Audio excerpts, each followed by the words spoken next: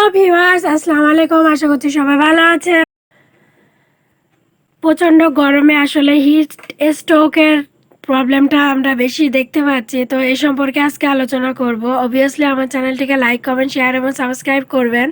ভিডিওটি না টেনে শেষ পর্যন্ত দেখার জন্য অনুরোধ রইল। তো চলুন শুরু করা যাক। ইদানিং আমাদের দেশে তাপমাত্রা কোথাও কোথাও 40 ডিগ্রি বা তার উপরেও যাচ্ছে।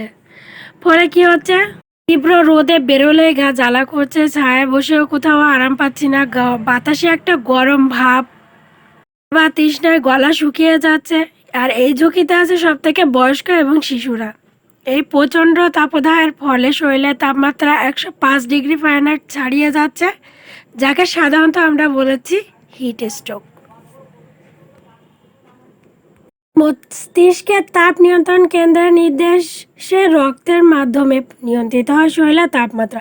কোনো কারণে শরীরের তাপমাত্রা বাড়তে থাকলে ত্বকের রক্তনালী প্রসারিত হয়, অতিরিক্ত তাপ পরিবেশে ছড়িয়ে দেয়।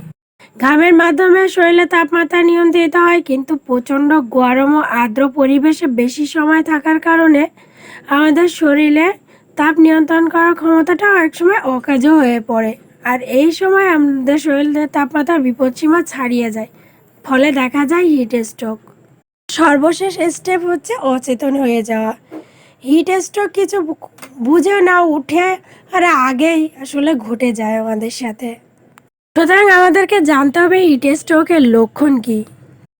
যখন কোনো ব্যক্তি দীর্ঘক্ষণ গরম বাতাস বা সূর্যের আলোতে থাকে, তার মুখ ও মাথা দীর্ঘক্ষণ সূর্যের আলো ও গরম বাতাসের সংস্পর্শে এসে সানস্ট্রোকে আক্রান্ত হয়। হিট স্ট্রোকের কারণে শরীরের তাপমাত্রা দ্রুত বেড়ে যায়, ফলে পানি শূন্যতার সৃষ্টি হয়।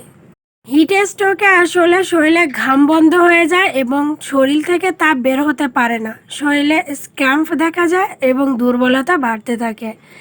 স্ট্রোক এলে আসলে অজ্ঞান হয়ে যাওয়াটা স্বাভাবিক। এক্ষেত্রে মাথা ঘুরে যায়, ব্যক্তি বিভ্রাট হয়ে যায়, হঠাৎ করে মানসিক অবস্থার উপর একটা বিকট পরিবর্তন আসে। শরীর গরম এবং লাল হয়ে যায়, ঘামও হয় না, হৃদস্পন্দন দ্রুত বৃদ্ধি পায় এবং শ্বাস প্রশ্বাসও বেড়ে যায়। ফলে এই হিট স্ট্রোক আমাদের কিডনি, লিভার, মস্তিষ্ক এবং হার্টের উপরে প্রচুর একটা প্রভাব ফেলে। অনেক সময় কিডনি কাজ নাও করতে পারে। শরীরে ইউরিক অ্যাসিডের মাত্রা বেড়ে যায়। হিট স্ট্রোকের কারণে রোগীর অন্যান্য অঙ্গ প্রত্যঙ্গ ক্ষতিগ্রস্ত হয়ে যায়, ফলে রোগীর মৃত্যুও পর্যন্ত ঘটতে পারে। এখন আসি জানি হিট স্ট্রোকের ঝুঁকিতে কারা আছে। যারা প্রচণ্ড এই গরমের মধ্যে বেশি সময় ধরে কাজ করে তারা এই ঝুঁকিতে সব থেকে বেশি আছে। শিশু ও বৃদ্ধদের তাপ নিয়ন্ত্রণ ক্ষমতা কম থাকার কারণে তাদের ক্ষেত্রেও কিন্তু এই হিট স্ট্রোকের আশঙ্কা বেশি আছে। যারা দিনের বেলায় রোদে কায়িক পরিশ্রম করে তাদের হতে পারে, বিশেষ করে যারা কৃষক, রিক্সা চালক, দিনমজুর, এই ধরনের ব্যক্তিরা। পানি শূন্যতা হলে পানি কম পান করলে হিট স্ট্রোকের ঝুঁকি বেড়ে যায়। শরীরে অত্যাধিক ঘামের মাধ্যমে খনিজ এবং পানি বেড়েও গেলে হিট স্ট্রোক দেখা দেয়। আবার কিছু কিছু ঔষধ আছে যেগুলো সেবন করলে হিট স্ট্রোকের ঝুঁকি বেড়ে যায়।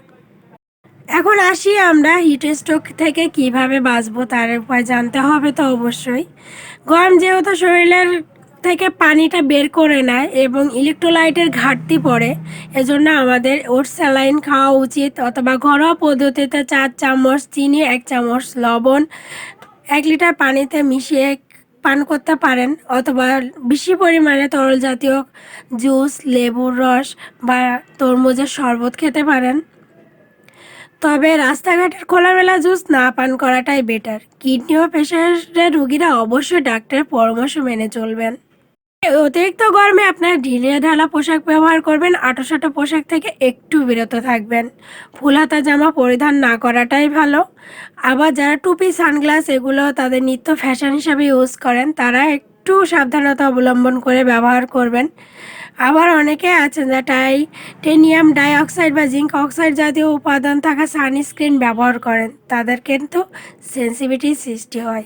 সুতরাং এখানেও কিন্তু ঝুঁকি থেকে যায়। কোথাও বাইরে যাওয়ার আগে নিজের পূর্ণাঙ্গ পরিচর্যা করে বেরোন। বারবার আপনি নিজের গা ভিজা টাওয়েল দিয়ে মুছতে পারেন। আপনি মুখটা সুন্দর করে ধুতে পারেন, যাতে আপনার শরীরের তাপমাত্রার ব্যালেন্সটা থাকে। আর রোদে বেশিক্ষণ ঘোরাঘুরি না করাটাই সব থেকে জরুরি। আর এই সময় অবভিয়াসলি আপনারা ফাস্টফুড থেকে একটু বিরত থাকবেন এবং অতিরিক্ত লবণ ও তেল জাতীয় খাদ্য একটু কম খাবেন। অবশ্যই ঠান্ডা তাপমাত্রায় থাকার চেষ্টা করবেন।